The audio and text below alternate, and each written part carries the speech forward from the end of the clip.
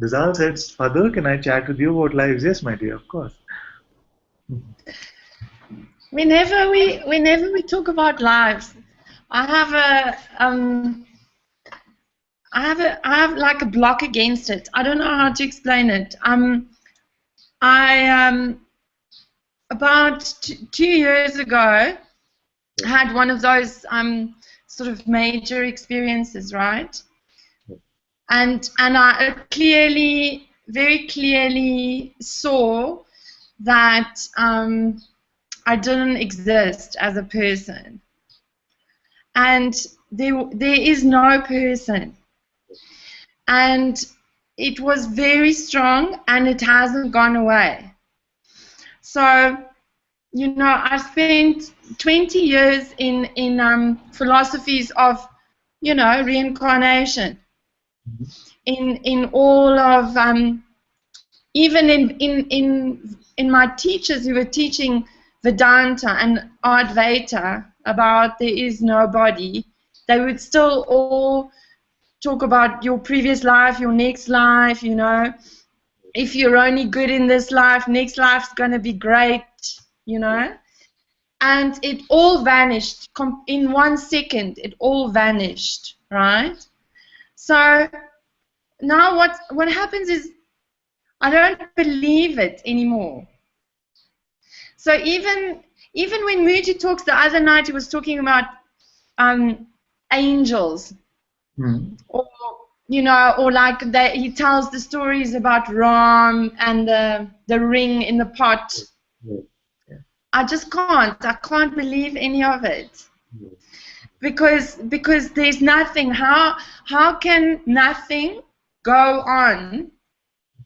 Because it's nothing. Yeah. So what's clear is that nothing is unmoved through all of this, because even time and space does not exist. The next life or previous life is irrelevant to this awareness, isn't it? There is no time, then there is no concept of next or previous anyway. Yeah. Yeah. But it cannot be denied that there is this appearance which seems to dance, isn't it? Definitely. There's appearance, there's play. So it's all part of it. You know, I can feel how you can say, oh, okay, this play character can now go on and be another play character. So that totally. But surely if you realize that you are playing a character, right? I just feel like if I die, I'll just like go away like mist.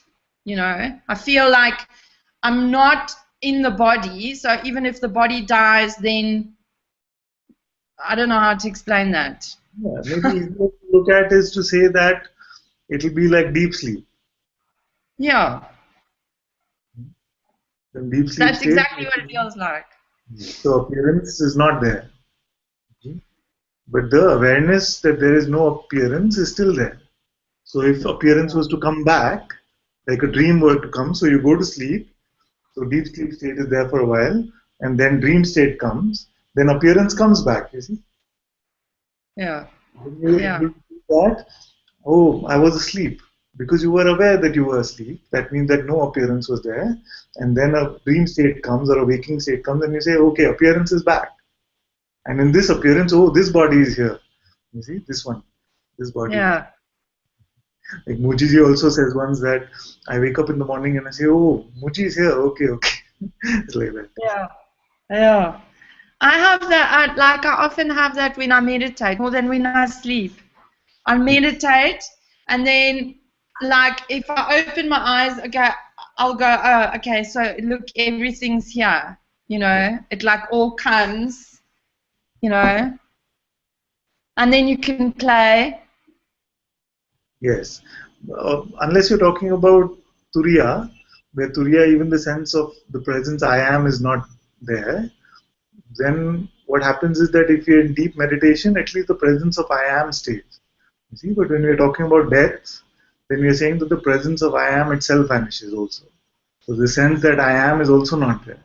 Only we are able to report later, after some appearance comes or the waking state comes, that even the sense I am was not there. Because when I Yes. am is not there, there's no possibility to report also that I am Yes. also.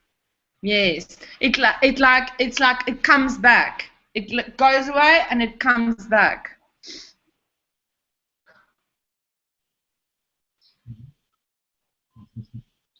So, is there something that is bothering you about this, which is that Lakshman story or this reincarnation thing? I didn't get the point, which was. No, it's in conversation. I feel inauthentic sometimes. I hang out with a lot of yogis, Right. and like I'll go to Rishikesh in February, and you hear a lot of talk about this life, that life. When I was Marie Antoinette, or people just speak about, maybe you'll speak about something and they'll say, oh, that's from a previous life. And like lately, I just smile politely and nod because I understand the concept and I know what the belief is behind it. But I just constantly feel like it's a belief, and I just want to speak to you about it because there's nobody I can talk to. Nobody will understand me when I say like there's nothing. It's nothing. It's completely true that it is nothing. Huh? So nothing has really happened to you, and you cannot be conditioned. So for us to say that you are like this because of a previous life, it is not true because it's a different you that is being spoken of. Yeah. Yeah. So what is clear is that this awareness completely untouched by any of these appearances and therefore not possible to be conditioned in any way also. You see, no conditioning is possible for awareness. So then what is conditioning possible for? It must be possible for this sense of being itself. Because it is possible for being to delude itself.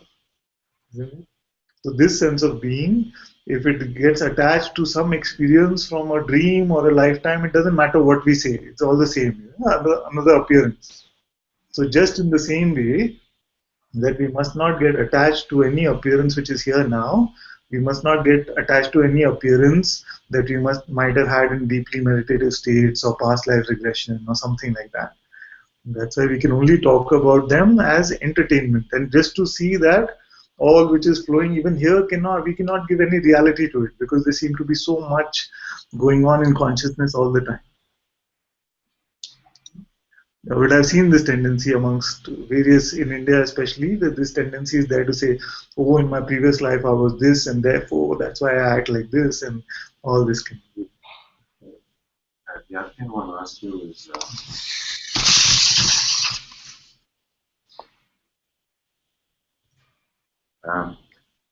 awareness is the recognition is somehow it's the being, in the presence of the being that although we are awareness, we've always been that, but the conscious recognition of it happens in the presence of the being. Yes. So can we say that, I don't know if it's appropriate to say it like that,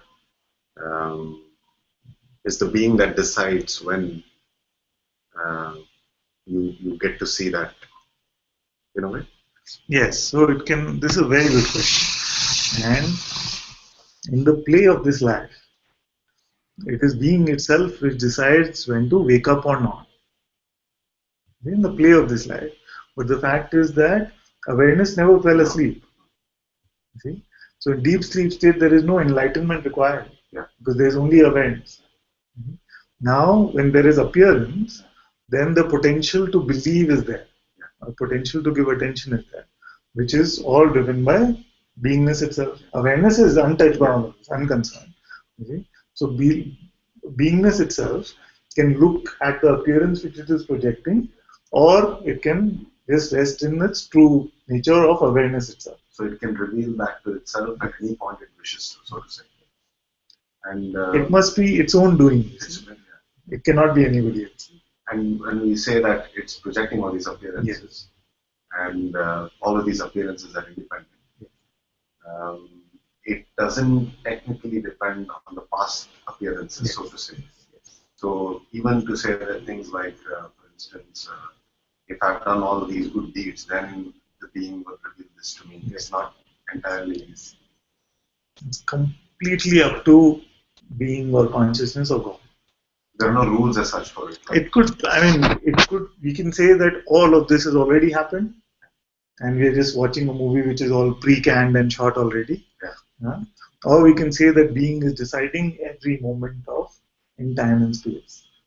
Some people can use this as like an excuse and say, well, my time is not here because, maybe, although they've heard all these things, they can say maybe, no, it's all being, being is doing all these things. Yes. But if there's a person which is saying that, then it is just like an excuse. But it's very difficult to explain. Yes.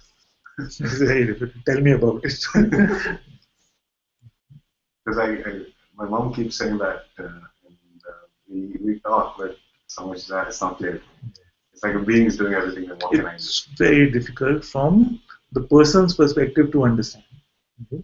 But it's a very good thing, even as a person, if you're saying that all is God's doing, then even that is very good. Because that sense of surrender, which might be a little inaccurate in reality, but actually will lead you to the dissolution of this ego.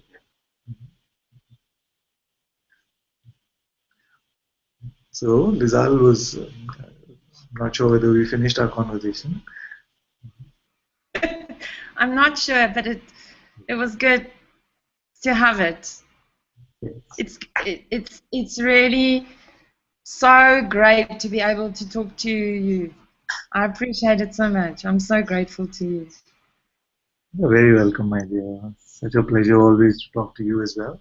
But we can look if there's something still there. Don't have an aversion also to it, because all this is just fun. Yeah, it is fun.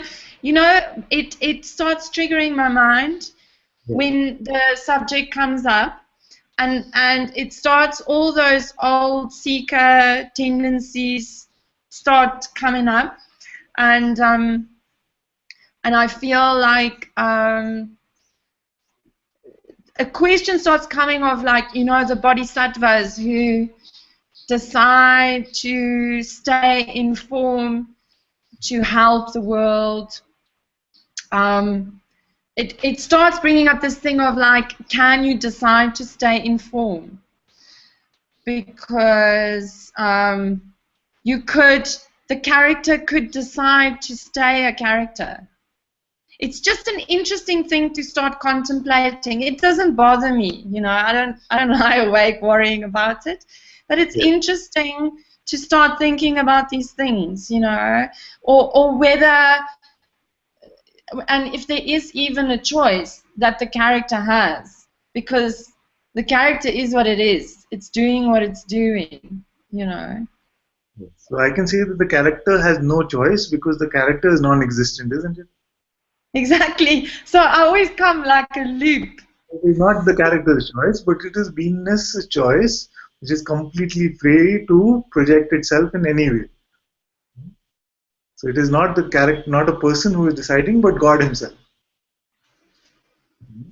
And I don't find any restriction that God needs to place on itself. So if it wants to create somebody who lives 1,000 years or 10,000 years, I don't feel any problem with that. But my thing is that I don't believe something unless I've experienced it for myself. And I've never experienced a 10,000-year-old body. So I'm not willing to give it my belief as a concept also right now. I just see, okay, something we read in the books. Yeah. So, because if you've seen that our approach has always been scientific, isn't it? We always see, okay, what can be verified right now, what is true in the moment, and something which is not verifiable holds no value, even in the inquiry. So, but I can say that because it seems apparent that for being, time and space is completely irrelevant and completely moldable, I don't see any trouble if God was to decide that this body will live for 10,000 years. I don't see that as an impossibility. So I'm open-minded towards it, but I'm not. I have not seen it, so I cannot say that it will definitely or is definitely true or something like that. Yeah. Yes. But it had nothing to do. The other day, I don't know whether you were there in Satsang or not. Maybe it was in the in-person Satsang. If somebody was to come and say that you can keep this body for 10,000 years, would I want to? I don't know. No, I wouldn't want to. So even if there was a personal choice in deciding our lifespan, I would rather say, let you decide. God will decide.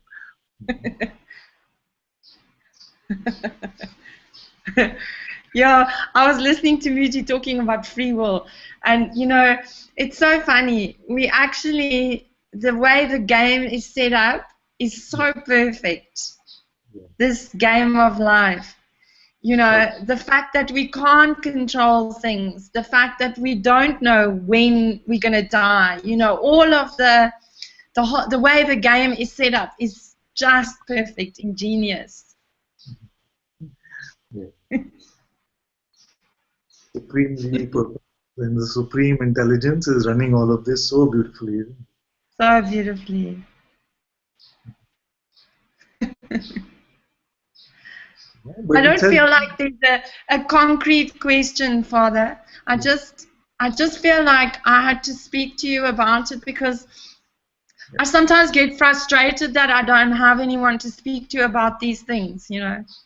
So thank you. always, you can always speak about this. Always. Also, this don't feel that this says something about our understanding of the truth. Okay? All these yogis, and usually yogis talk about experiences more because they have not understood the truth. I can be as strong as to say this. Because if you find somebody who is saying that, I stood on one leg for 100 years in the Himalayan cave or something like that, means that they've not understood the truth. You'll meet many Swamis who will say that I've been walking around pilgrimages in India for 50 years or something like that.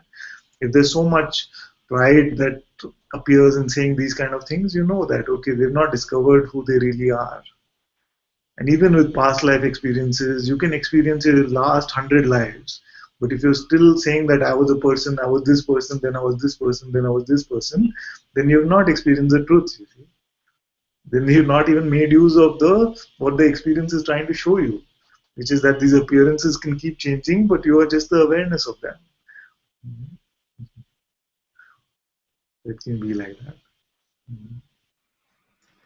Thank you. You're very welcome.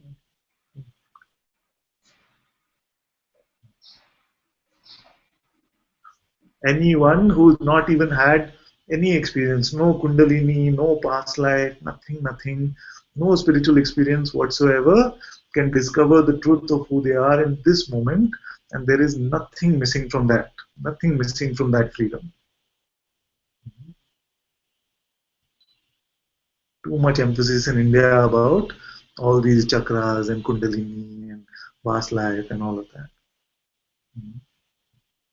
And I can say again, I'm saying this authoritatively because many of these experiences have happened here, and there's no point to any of them. I can tell you with certainty.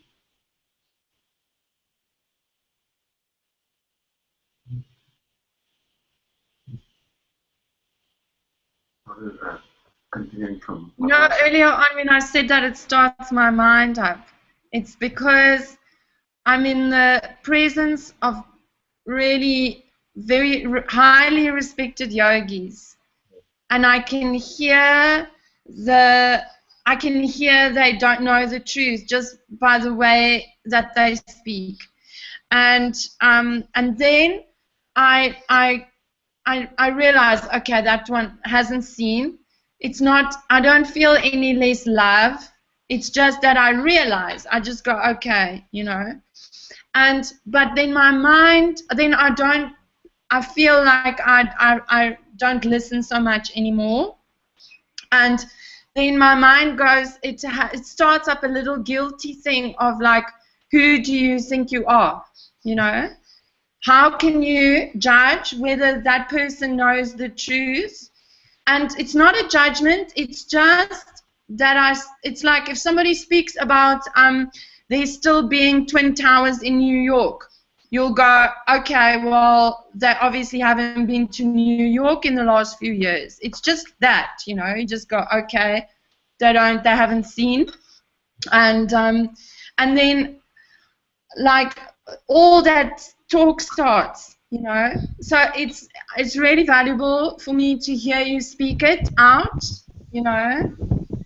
This is very good, because this is an important point. I think we are getting to the root of the issue now, which is that there is this feeling of guilt initially when we feel, okay, if I am Jaya is getting angry, suppose, and I see that she's being egoistic, but she's not. Uh, so, so I see that she's being egoistic. She's coming from the ego. Does that mean that I am being egoistic to say that she's being egoistic? It can. You see, there's a subtle difference. To see that red is red and to see that it's just red is okay. To say that this color is red, but to say that I have an aversion to red and I don't like red, or red should not be there, then that is ego, you see. But just to be able to spot red, just because you're free doesn't mean that you lose your power of observation, isn't it? So you can spot ego, but is the ego a problem for you? If it is a problem for you, that means that that is coming from the ego. But if you can spot ego clearly and it has no problem for you, like you said, you still love them, there's no judgment, then it's nothing. Mm-hmm. So this ability to see where another is coming from will not go away. And it's very natural. But it will not, there will not be an ego to clap on the other side. So no conflict can happen because it is not being delivered to an ego. It is just being observed. But if you believe the thoughts of guilt about it, then in your case that could be a problem. Right? So don't believe any guilt about it. It's natural. You will watch. If you, now that you know what, you know the truth, it is very apparent that when you are around other beings, you will see that they are coming from this place, they are coming from this identity. It will be clear. Just because you can see it doesn't make you egoistic. If it would make a difference to you, then that would make you egoistic. You see? So that's why it's easier to take an example of a color. We will still be able to see red, but red will not mean anything to you.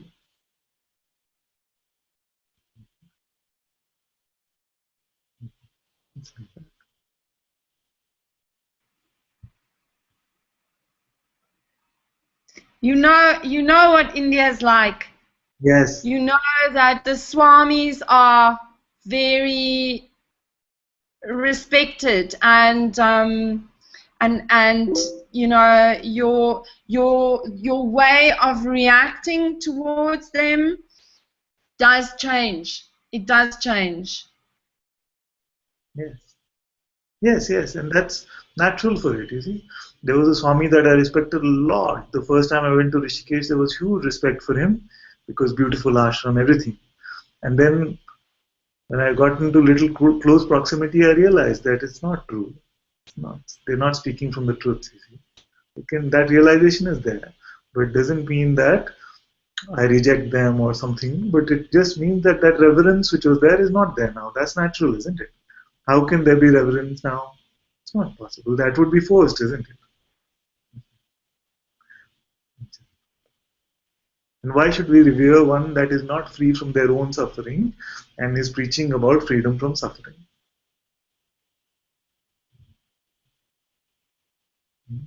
At best, we know that we are just peers. We are all just beings which are there in this world.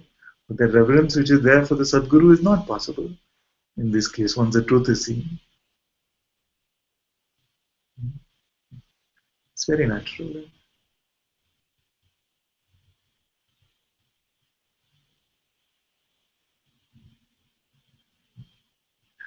And we must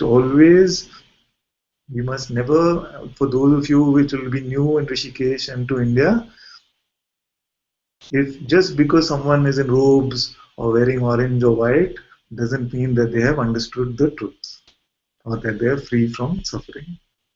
Please remember this, because many will come from overseas and they'll come to India and they'll see somebody wearing some orange robes, and many times they could be drug addicts or they could be criminals. So always do your due diligence, go with your intuition, what your heart is telling you, and just the way somebody is dressed or the way they look does not count for the fact that they know the truth. Also, we must not be completely skeptical. Now, there's this thing in India that all gurus, all teachers are now just crooks because so many scandals and things are appearing. It's also this thing now that all Babas are fake, or there's no such thing, it's like that. So just go with the intuition in your heart. Don't go to any extreme point of view. Just know, you know the truth in your heart. So just see whether there is resonance, which is there. And then if you find resonance, you can definitely converse, talk to them, no harm in any of that. But just don't go on blind. Just because somebody's wearing some clothes or looks like a sadhu or something doesn't mean anything.